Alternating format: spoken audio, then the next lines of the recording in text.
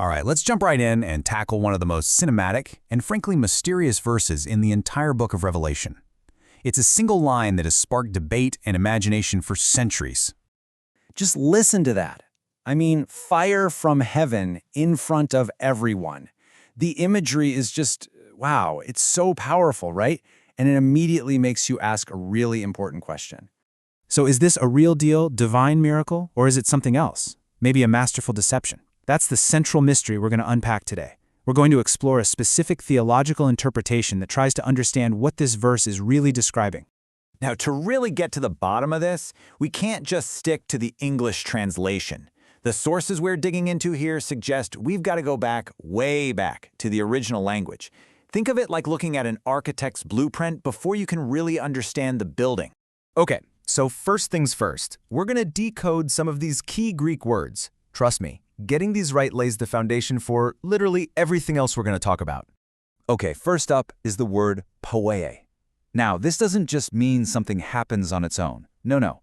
The word carries this sense of an active performance. It's something being caused, something being manufactured. It's almost like putting on a show. So what's being made? Semia, which we translate as signs or wonders. But, and this is important, this particular reading of the text says it's not just about miracles in the traditional sense.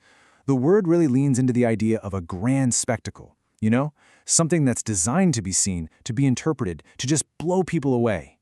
And then there's this last piece of the puzzle, linguistically speaking, enopion ton anthropoa. It means in the sight of men.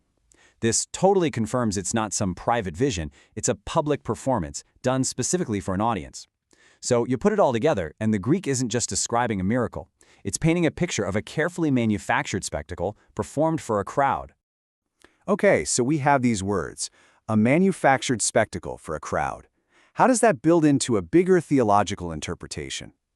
We're shifting gears a bit now, moving from the literal words to what they might actually signify. So, according to the analysis we're exploring, this figure, the beast that's doing all these wonders, has this kind of two-faced nature. On the outside, it looks like a lamb, right? It's got two horns like a lamb, so it seems gentle, spiritual, maybe even Christ-like. But its words, its speech, that's what gives it away. It spake as a dragon, revealing a true nature that's all about deception and control. And here's the crucial point. This interpretation isn't just talking about one guy, one evil villain. No, it sees this beast as a symbol for an entire counterfeit religious system, a system that basically hijacks the look and feel of real faith to grab power and control. Well, that naturally leads to a really important question, doesn't it? If the fire in Revelation 13 is a fake, a counterfeit, then what does the real thing look like? And you can see the contrast so clearly right here. On one side, you have true divine fire, like what we see with Elijah on Mount Carmel. Where does it come from? The Spirit of God. And why? Its purpose is to reveal truth, to show God's glory. But then you look at the counterfeit. It's a manufactured event. Its goal isn't truth at all. It's deception. It's all about impressing a crowd to get credibility through a big show. And it really all boils down to this one simple but powerful warning from the source material. It's about being able to tell the difference, being able to spot a genuine move of the Spirit versus a really, really convincing imitation. So let's get into the mechanics of this. How does a counterfeit system like this actually work? Because this fake miracle, this fire from the sky, it's not just a random event. It's part of a much bigger and very methodical strategy for control. This interpretation lays out a pretty clear four-step playbook. First up, the disguise. It appears gentle, lamb-like, to get everyone's trust. Then comes the deception. It pulls off these false wonders, like the fire from the sky, to create awe and make itself look legit. Step 3, the image. It then channels all that awe and demands worship of a false idea of faith. And finally, step 4, the mark. It enforces total conformity in what you think, the forehead, and what you do, the hand. So what does this system offer people instead of real, authentic faith? Well, this reading argues it's all about swaps. It replaces grace with this mixture of faith plus works. It replaces true spiritual unity with a fake unity that's just based on compromise. Truth gets pushed aside for feelings and big emotional experiences. And what you're left with, ultimately, is a form of godliness, a religion that looks totally right on the outside, but where Jesus himself is left on the outside knocking on the door.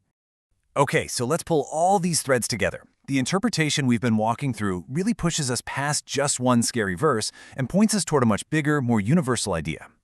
If you take away just one thing from this whole analysis, let it be this. It's all about a fundamental conflict.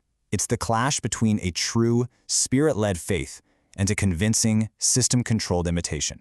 And that leaves us with a final, and I think pretty profound question. One that goes way beyond this single verse. I mean, think about it. Whether we're talking about faith, or art, or leadership, or even just our own lives, how do we tell the difference? What really separates true inspiration from just a convincing performance? That's definitely something to chew on.